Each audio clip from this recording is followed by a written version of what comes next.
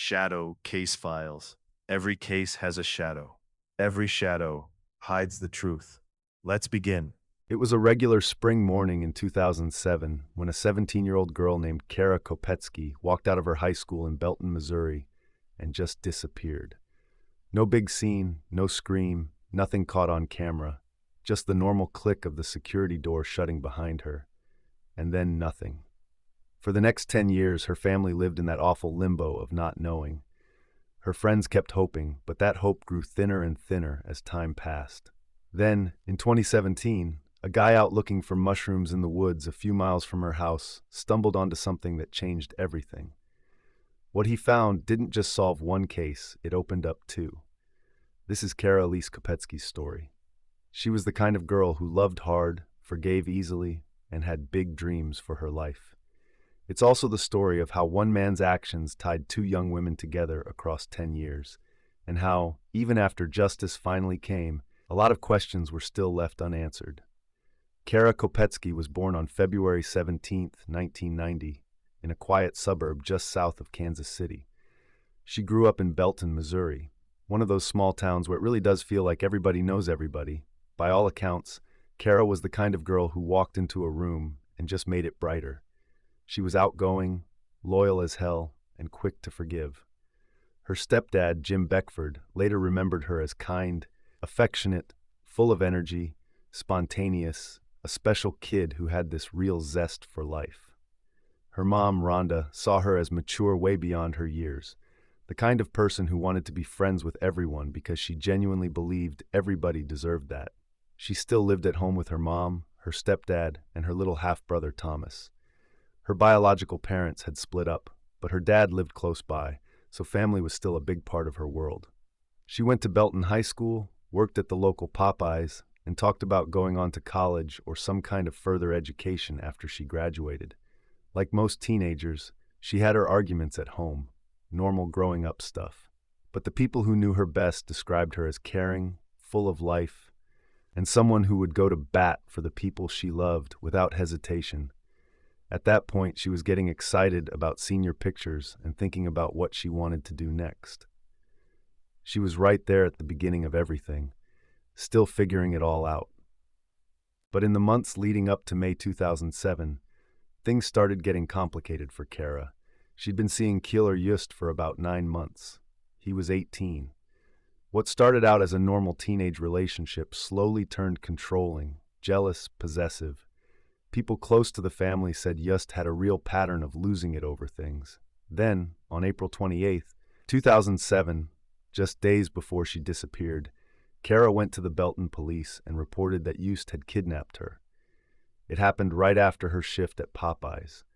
She'd told him she didn't want to hang out, and he forced her into his car, drove her around, and eventually let her out in Grandview, Missouri. She was scared, but she was done putting up with it. On April 30th, she got a protective order against him. It was served the next day. As far as she was concerned, the relationship was over. At least that's what she believed. May 4th, 2007. It was a Thursday. Kara went to school like any other day. Surveillance video from Belton High School shows her leaving at about 9:19 in the morning. Phone records show she called Just at 9:13. He called her right back at 9:20. Nobody knows what they talked about. Later that day, around 12:30 in the afternoon, a witness saw Just by himself in the area.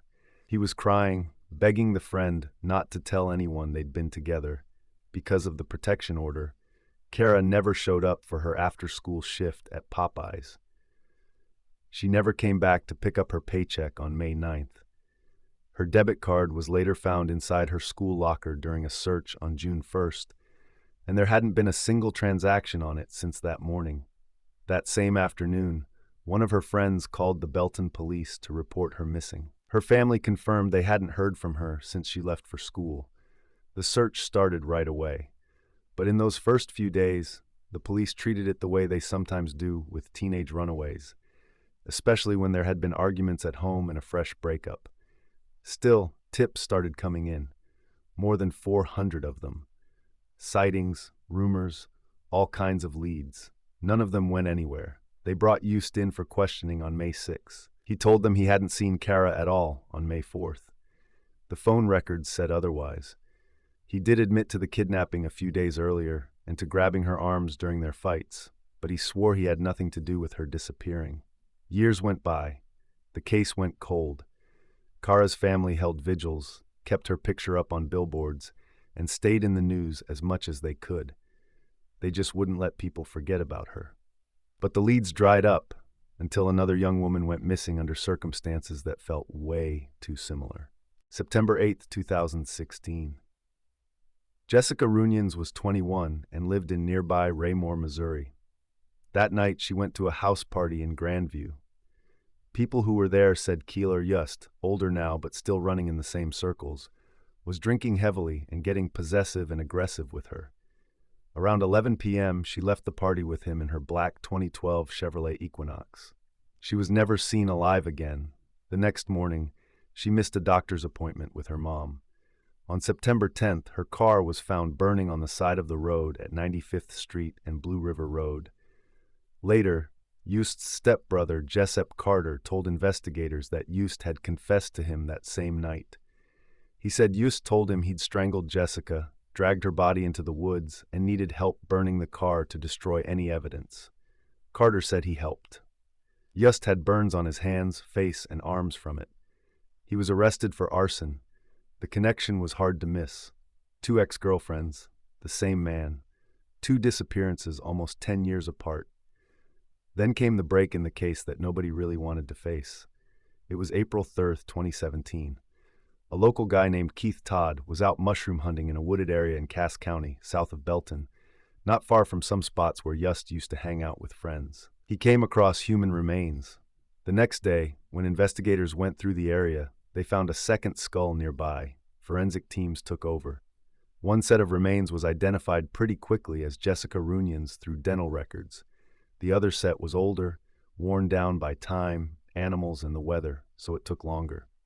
On August 16, 2017, the FBI confirmed through DNA testing that it was Kara Kopetsky. Her skull had been right there in the same patch of woods. The 2 women had never known each other in life, but they had been lying within yards of one another for years. Forensic analysis was limited because so much time had passed. The remains were scattered and mostly just bones by then. The experts couldn't determine a clear cause of death from the bones alone. No gunshot wounds, no stab marks, nothing like that. But the condition of the remains lined up with what several witnesses would later describe: strangulation. There was no hair, blood, or fingerprints at the scene that directly tied anyone to it. So the real evidence would have to come from somewhere else. On October 5, 2017, Keeler Yust was charged with 2 counts of first-degree murder and abandoning a corpse in the deaths of Kara Kopetsky and Jessica Runions. The abandonment charges were dropped later on. He pleaded not guilty. The prosecution built their case mostly on circumstantial evidence and the things Yust had allegedly told people over the years. He supposedly confessed variations of the same story to at least 7 different people about what happened to Kara. He said he picked her up from school on May 4th. They got into an argument. He snapped, choked her, watched her take her last breath, and then left her body in the woods. He made similar admissions about Jessica, saying he strangled her with his bare hands after she rejected him that night. Prosecutors said the motive was obvious and the same in both cases: that possessive rage he flew into whenever a girlfriend tried to leave him. Kara had ended the relationship and gotten a protective order. Jessica had argued with him at the party. He just couldn't let go. The defense pushed back hard. They pointed out there was no physical evidence tying Yust directly to either scene. They brought up his alibi for the day Kara disappeared, saying there simply wasn't enough time for him to have done it. They also criticized how the early investigation into Kara's case had been handled, calling it sloppy. And they even suggested that Yust's stepbrother, Jessup Carter, who died by suicide in 2018, might have been involved somehow.